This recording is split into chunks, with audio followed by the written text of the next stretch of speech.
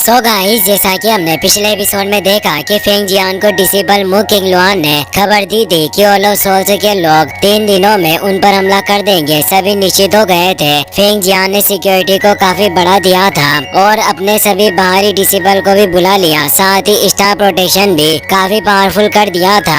याओ लाओ की फिजिकल बॉडी काफी पावरफुल थी, जिसे जियोयान को भी पता नहीं था कि उनकी इस फोर्सिंग को पूरा होने में आखिर कितना वक्त लगेगा। फेंग जियान ने जियोयान को आगाह किया कि जल्दी उन पर होल ऑफ सोल्स का हमला होगा, जिससे उसे अपने मास्टर की प्रोटेक्शन करनी होगी। ओल्ड गोस्ट जाइजिंग व्हाइट और ब्लैक जियान जून के साथ सोल एनोई से भरे जहाजों के साथ वहां दमका फॉलिंग स्टार पवेलियन के सभी लोग उससे लड़ने के लिए तैयार थे, पर सभी को फिक्र हो रही थी कि आखिर फेंग जियान 2 तियानजुन का सामना कैसे करेंगे। तभी जियोयान भी वहां गया था, जो ओल्ड गोस्ट से लड़ना चाहता है। वो फेंग जियान को टेलीपैथी पावर के थ्रू बताता है कि हमें इन तियानजुन को यहीं रोक कर रखना होगा ताकि ये मास्टर की फोर्सिंग में बाधा उत्पन्न ना कर पाए। फेंग जियान जियोयान की बात समझ आते हैं। ओल्ड गोस्ट जाइजिंग हंसते हुए कहता है कि जियोयान, मैंने तुमसे पहले भी कहा था कि दोबारा हमारी मुलाकात जरूर होगी। इस बार तुम्हें कोई भी बचा नहीं पाएगा। किंगलिन जियोयान से कहती है कि मैं इस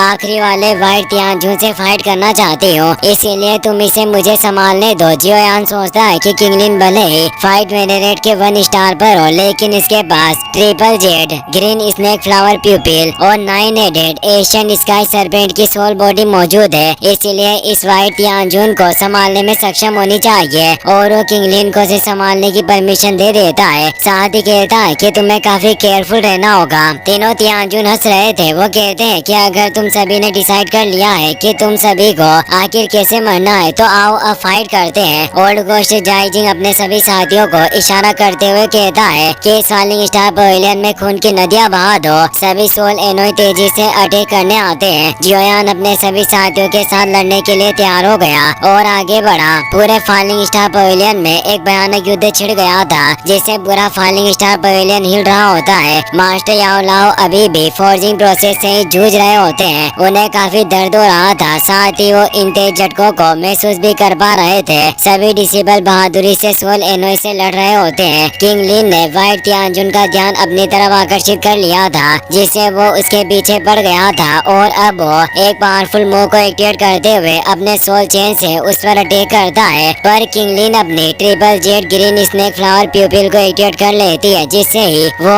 उस व्हाइट तियानजुन के अटैक को फेल कर देती है। व्हाइट तियानजुन पहचान लेता है कि ये ट्रिपल जेड स्नेक फ्लावर प्यूपिल है। मैंने उम्मीद नहीं की थी कि इस दुनिया में यह अनोखी जादुई इफेक्ट वाली ट्रिपल जेड स्नेक प्यूपिल टेक्निक मौजूद होगी, पर दुर्भाग्य की बात है कि अभी तुम काफी कमजोर हो, इसीलिए तुम मेरे हाथों मारी जाओगी। और वो उस पर अटैक करने आता है। किंगलिन उसे कहती है कि ऐसा जरूरी नहीं है कि मैं 1 स्टार पर होने से तुमसे कमजोर हूँ, और वो अपने triple Z snake flower प्यूपिल shield को एक्टिवेट कर लेती है, जिससे व्हाइट तियानजुन काफी दूर चला जाता है, क्योंकि उसने अपने 9 हेडेड स्काई सरपेंट को बाहर निकाल लिया था, जो अब उसके कंट्रोल में था। और अब वो उससे व्हाइट तियानजुन पर अटैक कर देती है, जिससे व्हाइट तियानजुन और 9 हेडेड स्काई सरपेंट के बीच फाइट होना स्टार्ट हो जाती है। जियोयान की एवरली अर्थ पपेट ब्लैक तियान से लड़ रहा होता है। एवरली अर्थ पपेट काफी पावरफुल होने से ब्लैक तियानजुन को भी आसानी से बीट कर रहा होता है और अपने मुक्कों के पावरफुल अटैक से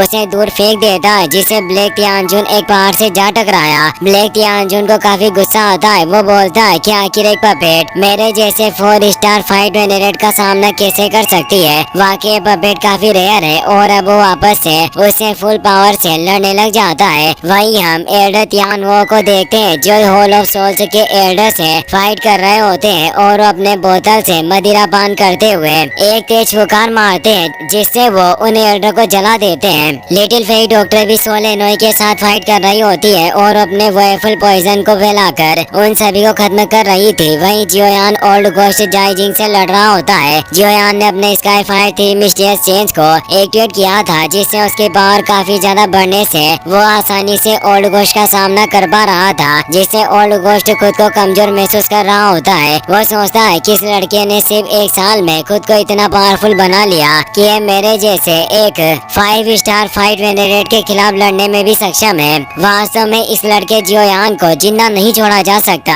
वरना फ्यूचर में हमारे लिए काफी बड़ी प्रॉब्लम क्रिएट करेगा। और वो जियोयान पर तेजी से अपने फायर बॉल से अटैक करने लगता है, पर जियोयान अपने हेवी रूलर के एक तेज वॉइड स्लेश से ही उन सभी को खत्म कर देता है और तेजी से ओल्ड गोस्ट की तरफ बढ़ रहा होता है और गोस्ट कई सारी सोल चेन्स को जियोयान के पास भेज देता है। जियोयान उनसे बचने की कोशिश करता है, पर वो स्मोक फैलाकर उसकी विजिबिलिटी खत्म कर देता है, जिससे उसने जियोयान के रूलर को पकड़ लिया था और अब वो अपनी चेन्स की मदद से जियोयान को अपनी तरफ खींचते हुए चेन्स से वार करने लगता है। पर जियोयान भी अपने 3000 लोटस फ्लेम के पावरफुल अटैक से उन चेन को खत्म कर देता है। ओल्ड गोस्ट ने वापस से उस पर चेन से अटैक किया, पर जियोयान ने 3000 लाइटनिंग मूवमेंट से बचते हुए उस पर एक पावरफुल रूलर अटैक करता है। ये अटैक इतना तेज था कि एक भयानक विस्फोट हुआ। ओल्ड गोस्ट घायल हो चुका था, पर फिर भी वो हंस रहा था। वो कहता है कि लड़के, मैं तुम्हें अब देखने दूंगा कि एक 5 स्टार फाइट वेनरेट की असली ताकत क्या होती है। यानी वो अपनी अल्टीमेट मूव का इस्तेमाल करने वाला था। ओल्ड गोस्ट एक वॉइड क्रैक में हाथ डालकर अपनी स्वॉर्ड को बाहर निकाल लेता है, जो उसका सबसे पावरफुल वेपन था। इससे वो अपनी अल्टीमेट टेक्निक को एक्टिवेट करने लगता है, जिससे वो एक जाइंट वॉइड क्रैक को क्रिएट कर लेता है, जिसमें वो एक तेज एनर्जी भेजकर स्टार शेडरिंग स्लैश को एक्टिवेट करने लगा। जियोयान ने देखकर अपने हेवी रूलर को स्पेस रिंग में रख लेता है और एक तेज हेवनली एनर्जी को एक्टिवेट करते हुए वो फाइट संत की heavenly skill great heaven creation palm को क्रिएट करने लगता है, जिससे वहाँ तेज एनर्जी वॉइड क्रैक दिखाई देते हैं, जिससे वो जाइंट हैंड बाहर आते हैं। लेकिन अब ओल्ड गोस्ट ने अपने स्टार शेडरिंग स्लैश को पूरी तरीके से एक्टिवेट कर लिया था, जिससे वो जियोयान पर उस स्लैश से अटैक कर देता है। जियोयान भी ग्रेट हेवन क्रिएशन पाम के डेवोरिंग पावर को एक्टिवेट कर लेता है, जिससे वो हैंड आसपास की सभी चीजों को अंदर खींचने लगते हैं। हॉलो सोल्स के सोल एनोय उस वैक्यूम पावर से बच नहीं पाते और वो उस हेवन क्रिएशन पाम के गोले में खींचे चले जाते हैं। ओल्ड गोस्ट का स्टार शेडरिंग स्लैश भी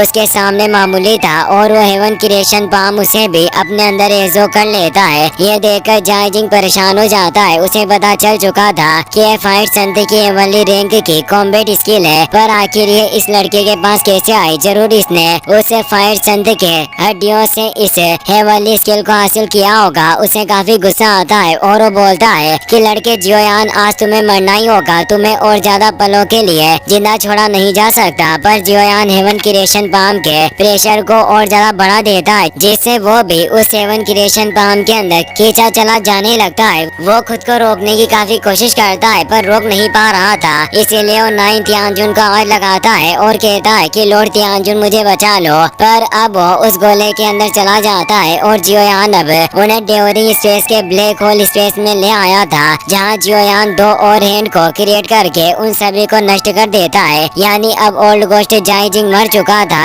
इस स्किल से काफी तेज विस्फोट होता है, जिसकी एनर्जी इतनी ज्यादा थी कि वहाँ मौजूद होलो सोल्स के सभी 7 बैटलशिप नष्ट हो जाती है और सभी सोल एनोय की डेड बॉडी भी बाहर फेंक जाती है। पर इस हेवन लेवल की स्किल्स के इस्तेमाल से जियोयान काफी कमजोर हो चुका होता है। साथ ही उसके स्काई फायर 3 मिस्टीरियस चेंज का असर भी खत्म हो गया था, जिससे जियोयान की बॉडी कमजोर हो गई थी। तभी वहाँ 9 हेवन से सोवरेन यानी नोवी तियानजुन की आवाज आती है, जिसका असली नाम मोयू होता है। वो कहती है कि जाइजिंग, तुम्हें क्या लग रहा था कि मैं तुम्हें बचा लूंगी? तुम 5 स्टार फाइट वेनरेट होते हुए भी एक जूनियर के सामने गिर गए, जबकि तुम एक तियानजुन थे। मेरे हिसाब से तो तुम ओलो सोल्स के एक नकली तियानजुन हो, जिसकी अब कोई औकात नहीं रह गई थी, जिससे तुम्हारा मरना ही ठीक था। इस आवाज से जियोयान परेशान हो गया था, क्योंकि उसे समझ आ गया कि जरूर यहाँ एक और तियानजुन मौजूद है। 9 तियानजुन जियोयान से कहती है कि तुम जियो फैमिली के लड़के हो, और अब वो धीरे धीरे जियोयान के करीब बढ़ रही थी। वो बोलती है कि लड़के, तुम्हारे पास इतना प्रभावशाली हेवनली लेवल की कॉम्बैट स्किल है। वाकई जियो जुआन के वंशज से जैसी उम्मीद की जाती थी, तुम वैसे ही हो।